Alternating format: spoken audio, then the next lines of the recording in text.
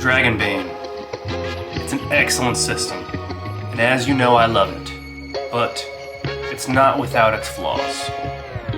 Let's talk about it.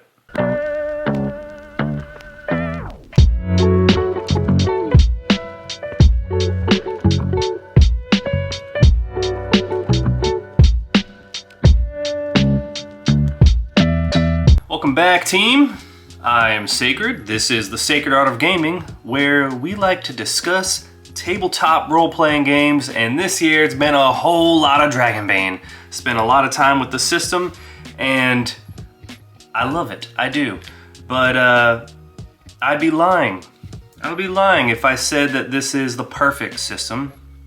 I'll even go on the record saying that no system is perfect. Quote me. Today I'm going to go through three things, really just two things if I'm being honest, that I think with minor changes. And the good news is, folks, that these are very easy things to modify. And I think it'll make the game a little bit better. But, you decide, right? Because what's better for me may not be better for you. So let's get right into it. So first off, the skills. What is the deal with these skills? And I really want to try to avoid basically just going back to the skills that are in most games, the D20, you know what I mean?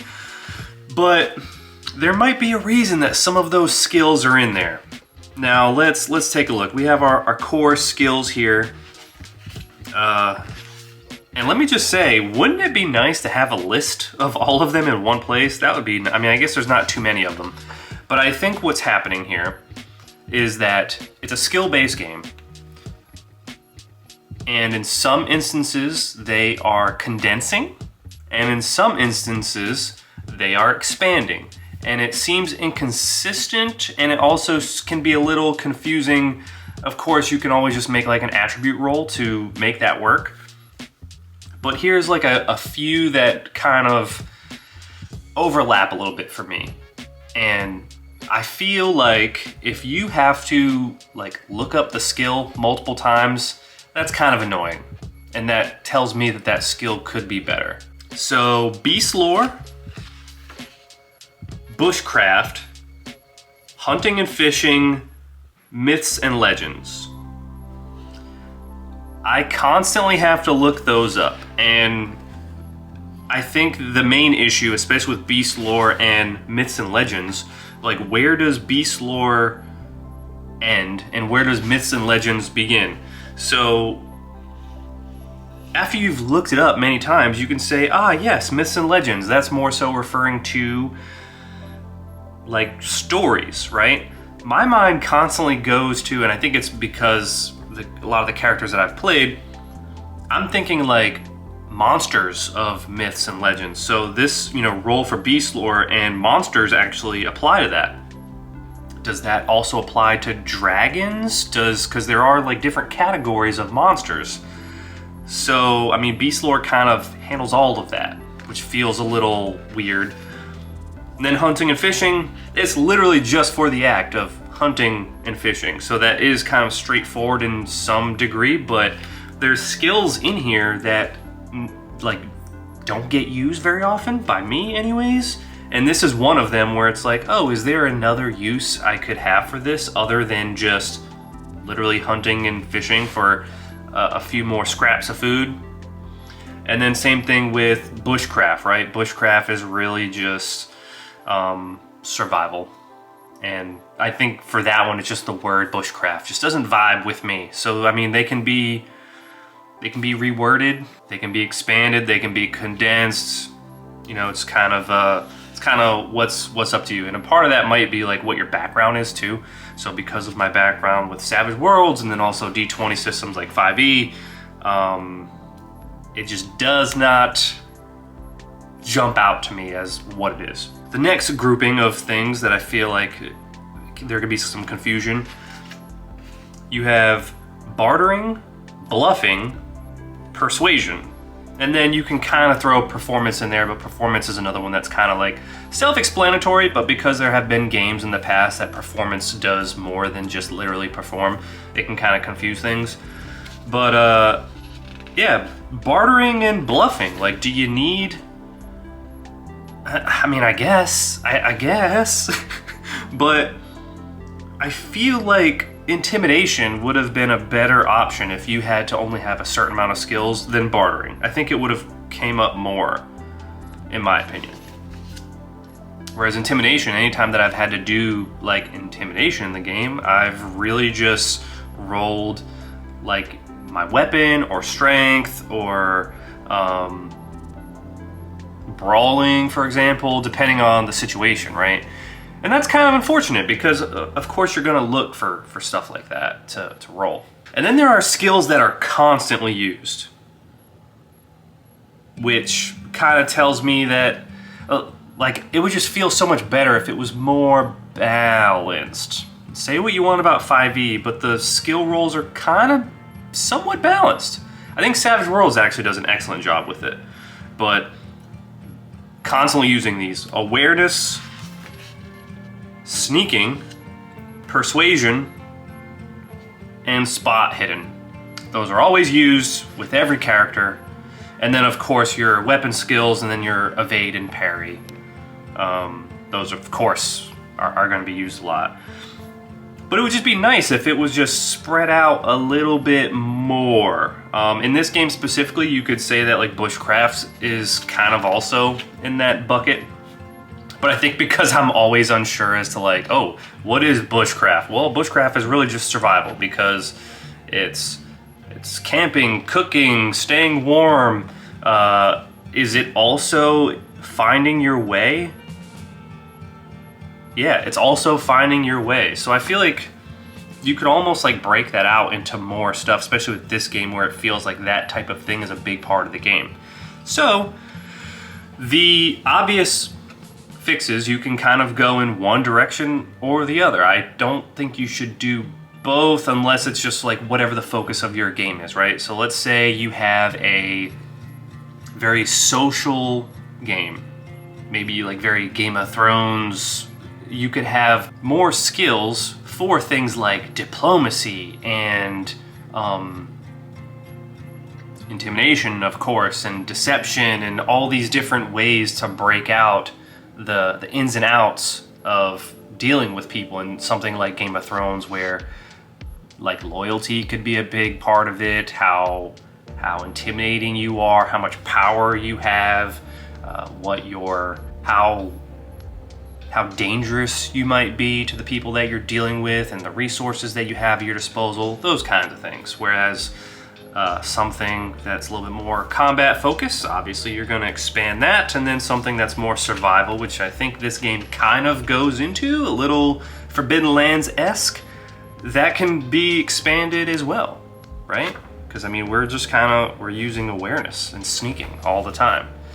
We're becoming like a Skyrim archer. All right, I've spent more time on that than I really wanted to, but yeah, it's really just a matter of expanding out or zooming in. And Savage Worlds, and I'm sure other games too, have a nice breakdown in terms of like, do you want it to be something that's general, maybe something like thievery that has all little thief things within it, all wrapped up into one, same thing with like survival, or do you really want to break it out and get into the nitty-gritty and break out things like disarming traps and stuff like that, and pickpocketing, and those can all be their own individual skills, and that may depend on what type of game you're playing. You don't need a ton of skills for like diplomacy if it's like a hack and slash game. Moving on! Spellcasting. What the hell? This is probably my biggest gripe with this game.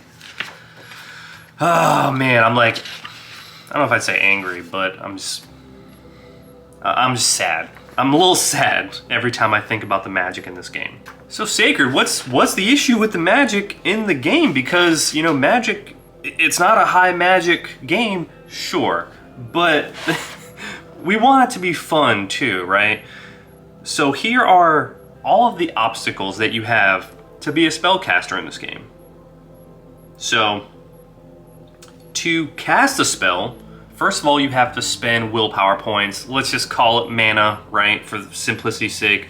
You can be a non-mage and still do your own skills and it still uses the same thing, but whatever. You have a mana pool. You have a mana pool, and the spells you're gonna do cost mana. So that's number one. You're spending a resource. Number two, you then have to roll to cast. And in this game, you're not guaranteed. There's not, I mean, not that it should be guaranteed, but like, it wouldn't be uncommon for you to be like a really good spellcaster and have like a 14 in your, how embarrassing, animism, right?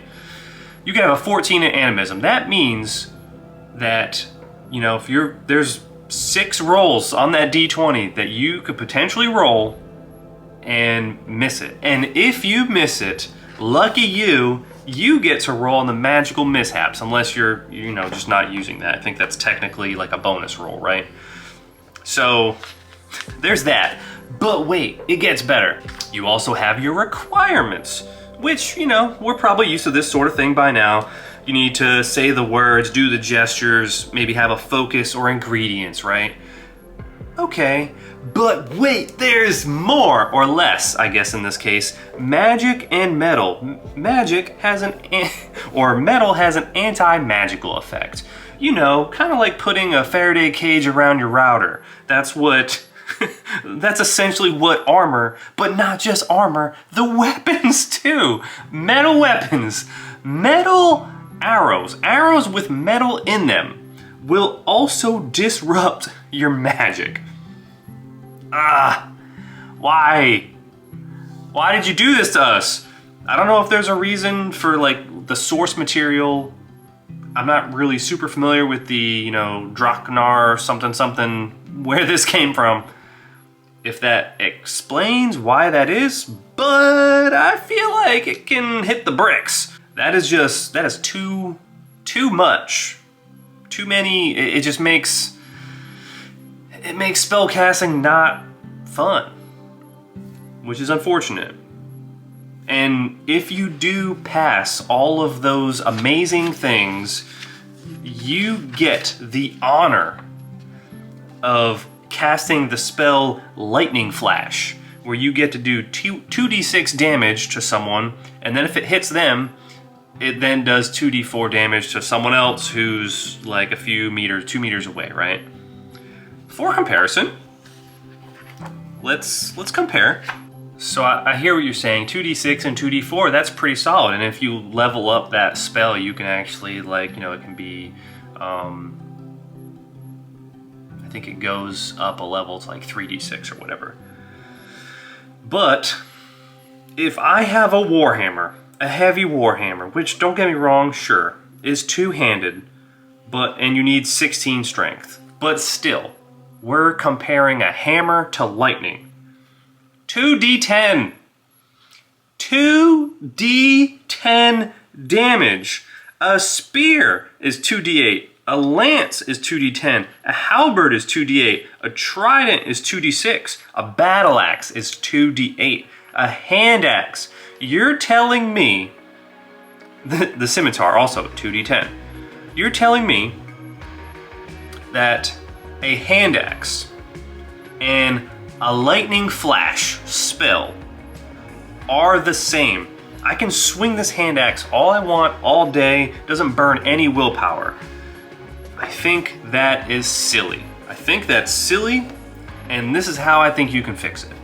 So we have a few options here. The obvious ones are going to be either remove the cost to the willpower or remove the roll to cast. In my opinion, I think if you spend the resource, you shouldn't have to roll to cast. In my opinion. I think that's the way to go, but you could also do the opposite. You could say, all right, let's do the roll to cast instead and remove the resource. But I think that the resource is kind of a big part of this game, even for like non-spellcasters. And then, in addition to that, I think that there should be okay, I get it, magic and metal is an issue. Maybe we can keep that, maybe you can write it out of your game if that's not what you want. But I think there should be a heroic ability that basically, okay, you set these limitations, let's throw a heroic ability. Like, this is asking for a heroic ability to base. This is easy. Like, hey, you know that limitation that I made up? Well, I'm gonna make up something else to get rid of that. Perfect. There should be something like that where you are able to, for whatever reason, you have found a way to, and maybe you can even have 2 tiers. You could have one being with like weapons, and then the next tier could be weapons and armor. And then that would give you some difficulty to actually do that thing that they're trying to set it up, or you could just write it off entirely. I did check, I do have a few supplements from Wallona's Cave and also Man Alone to see if they already had that in there. They do not. So, you know, I bless thee to go ahead and, you know, we can call it, I don't know, Spellblade. You can use metal weapons and arrows. And then Mage Knight or something like that, you can also use the armor. Done deal. And then a minor gripe. And I think the intent is to expand on this. There weren't any in the bestiary. I don't know that Path of Glory has any in there. Maybe they're gonna release more, but this is just asking for more heroic abilities.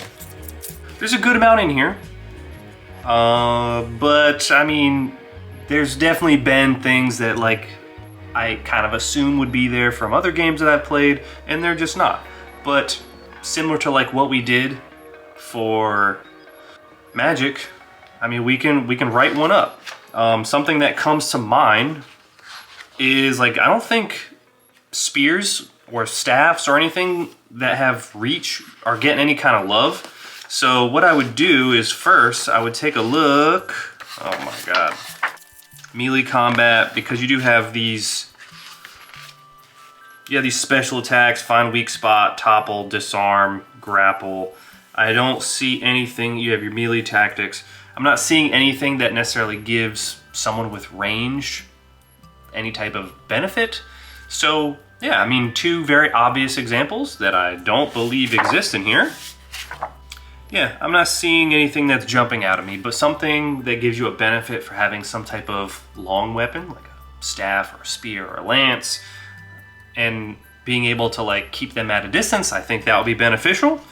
And then also the flip side of that, having something like knives, maybe getting inside of their reach and then having some type of benefit there as well. So just 2 things just offhand. But we've got crazy things like Master Tanner, Master Carpenter, Master Blacksmith. Okay, sure, sea legs, like just things that, especially for a solo player, generally aren't gonna help you out too much. Musician, yeah, Weasel. So yeah, those are my thoughts. Minor gripes, still an excellent game. I love me some Dragonbane for sure. But there's definitely some things that, if I haven't changed them already for my own personal games, I'm going to change them moving forward and kind of play around and tweak it and see how it affects other things. So if you've enjoyed this video, you've made it this far, clearly you're digging the content, maybe consider subscribing and joining the sacred art of gaming, I don't know, temple. All right, so until we play again, story first, play always, sacred.